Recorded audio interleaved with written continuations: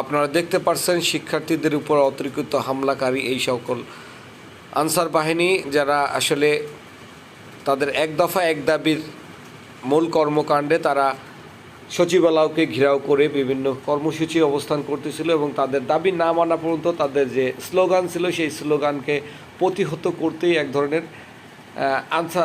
আনসারদের প্রতিহত করার জন্য ছাত্রদের এখানে স্লোগানে মুখরিত ছিল। হঠাৎ করেই আনসার বাহিনীর কিছু সদস্যরা যারা অতর্কিতভাবে ছাত্রদের উপর আক্রমণ করে বসে এবং তারই পরিপ্রেক্ষিতে যেমনটা হওয়ার কথা ছিল তেমনটাই হয়েছিল।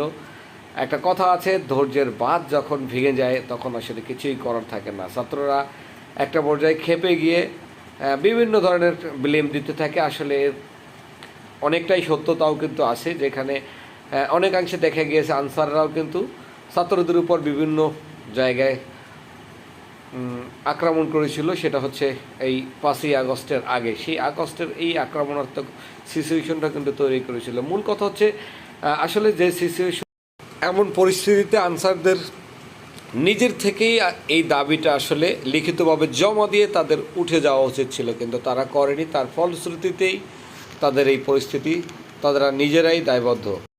এমন সিচুয়েশনে আনসাররা কিন্তু এখন ছাত্রদের কাছে ক্ষমা চাচ্ছে তাদের এই কর্মকাণ্ডের জন্য। মূল কথা হচ্ছে আসলে ধৈর্যের বাঁধ যখন ভেঙে যায় তখন কিছু করার থাকে না, তখন এরকম অবস্থায় সিচুয়েশন তৈরি হবে, এটাই স্বাভাবিক ব্যাপার। বিভিন্নভাবে তাদের বিভিন্ন মাধ্যমে তাদেরকে জানানো হয়েছে, তাদের কোনো অভিযোগ থাকলে তারা লিখিত আকারে দেওয়ার জন্য, কিন্তু তারা কোনো কথাই শোনেনি। তারা বরাবরই তাদের অবস্থানে অনড় ছিল এবং তারা বিভিন্নভাবে আক্রমণ করতেছিল। আসলে বাংলাদেশ সেনা সদস্যদের তুলনা না করলেই হয় না, তারা এই জায়গায় অনেক স্টেপ নিয়েছে।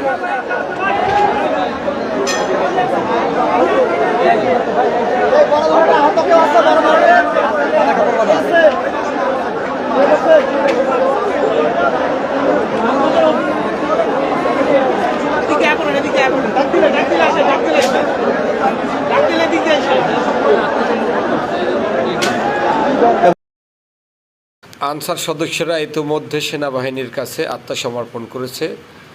আসলে পরিস্থিতি যখন নিয়ন্ত্রণে না থাকে তখন আসলে যা হয় আর কি।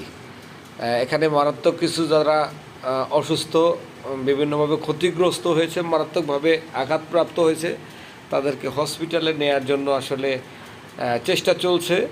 আনসার বাহিনীর এই স্টেপের জন্য সেনাবাহিনীর সামনে এগিয়ে আসার জন্য তারা অনেকটাই সেভ হয়েছে। তাহলে পরিস্থিতি কিন্তু আরও বেসামাল হতে পারতো, ঘটতে পারতো আরও বড় ধরনের দুর্ঘটনা। আমরা দেখতে পারতেছি যে সকল বেশি এদেরকে চিকিৎসার জন্য নিয়ে যাচ্ছি।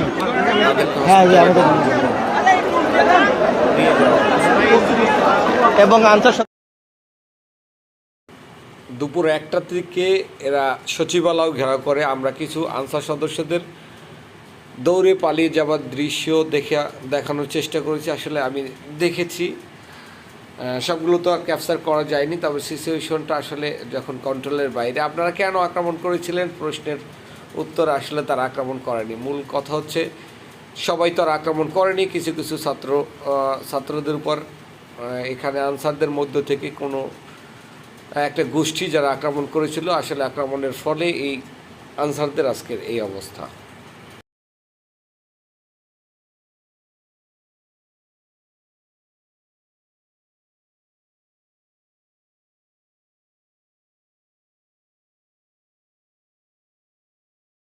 আপনাদের সবাইকে বিভিন্ন সাইড দেখানোর চেষ্টা করতেছি। আসলে চারিদিকে যখন হট্টগোল চলতেছিল, চারদিকে ছাত্রদের স্লোগানে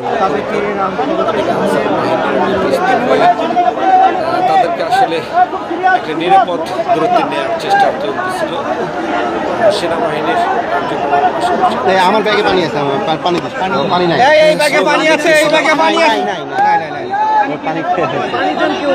পানি আছে কারো কাছে পানি।